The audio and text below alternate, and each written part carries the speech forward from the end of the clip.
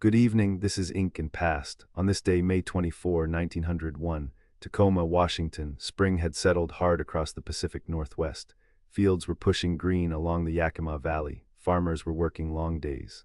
Commerce was moving fast. The railroads had connected rural Washington to city markets. Modern machinery was arriving in catalogs and county fairs. Cream separators, seed suppliers, mail-order fashions. The countryside was changing. On this day, that world was fully alive. According to the Ranch and Range out of North Yakima, the region's dominant farm journal, Washington Agriculture, was entering a season of serious business. On this day, the talk of Washington's dairy country centered on a single contest. It had taken place in Stanwood, Washington. The date was May 7, 1901. The Stanwood Creamery Company had issued a challenge.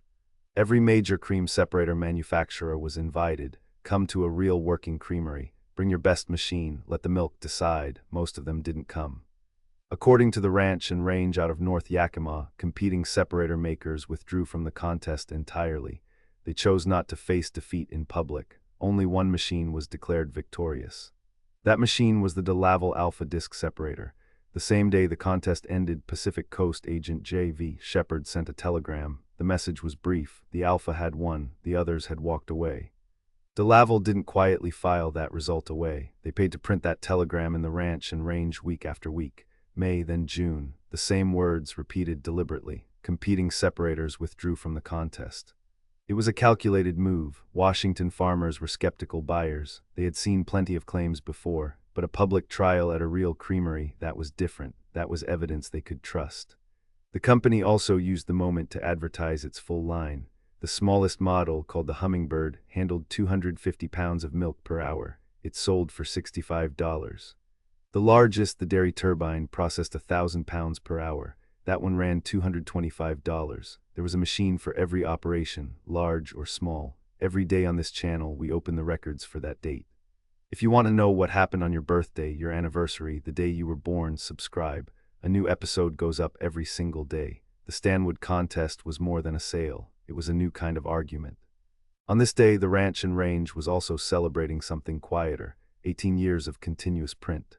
According to the Ranch and Range, North Yakima, Washington, Miller Freeman had been publishing that paper since 1883.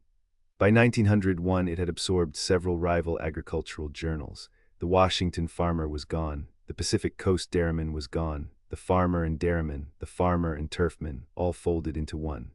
Freeman's paper stood as the dominant agricultural journal of the Pacific Northwest. It served as the official organ for the Washington State Dairymen's Association, also the Washington State Livestock Breeders Association. Subscription cost $1 per year. Agents were being sought in every town, 18 years, every week, through drought years and wet years alike, and on those same pages, smaller voices were competing for the ranchers' attention. A Seattle firm called Lilly Bogardus and Company ran a notice that week. It was direct. It read, "Good seeds will amount to nothing if you don't use the hoe." Their warehouse sat at 814 Western Avenue in Seattle. They stocked garden seeds, grain seeds, grass seeds, spray pumps, garden hose, fertilizers, beekeeping supplies, Prairie State incubators. They offered to correspond with any farmer too distant to visit in person. It was a practical argument. It was an honest one. A seed without cultivation is just a seed. That was the world the Ranch and Range served. Ranchers who needed cream separators, ranchers who needed seeds, ranchers who needed tools, and ranchers who needed to know what was happening every single week. On this day in Tacoma, another kind of merchant was reaching into farmhouse kitchens, not with a tool, with a catalog. A Seattle-based mail-order clothing firm was running notices in the Ranch and Range. The pitch was direct and a little sharp. Local dealers, the ad argued, were selling outdated fashions at inflated prices. Rural women deserved better. The company said so plainly. It was reported that the firm employed a resident buyer in New York. That buyer tracked the newest styles as they appeared, then sent them west, directly to farm families in Yakima County and beyond. The catalog ran 100 pages. Illustrated, it covered ladies' tailor-made suits, silk waists, straight front corsets, millinery, muslin underwear, and shoes. Spring styles, current ones, but the most radical part was not the fashion, it was the promise. A full money-back guarantee, return anything unsatisfactory, get an exchange or a full refund. For a farm wife 40 miles from a department store, that promise meant something. It meant she could risk the order. It meant the company was putting its word behind every package it shipped.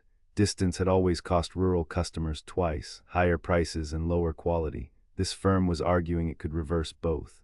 With a catalog, a New York buyer, and a guarantee printed in black ink. That was May 24, 1901. We'll be back tomorrow with another date from the past. Subscribe to Ink and Past and follow history one day at a time. This is Ink and Past. DeLaval didn't stop at Stanwood. The company ran that telegram for weeks. Every issue of the Ranch and Range carried the same victory. The alpha machine had won. The rivals had walked away. It was a marketing strategy built on repetition and proof. The Ranch and Range itself kept publishing. Miller Freeman's paper would go on to serve Pacific Northwest farmers well into the new century, 18 years in and still growing. And those mail-order catalogs, they won too. The money-back guarantee slowly became standard. Rural families in Yakima and beyond learned they could shop without ever leaving the ranch. On this day in 1901, Washington's farming life was changing quietly. New machines, new papers, new ways to buy and sell across distance. The old ways were already giving way. That was May 24, 1901. We'll be back tomorrow with another date from the past. Subscribe to Ink and Past and follow history one day at a time.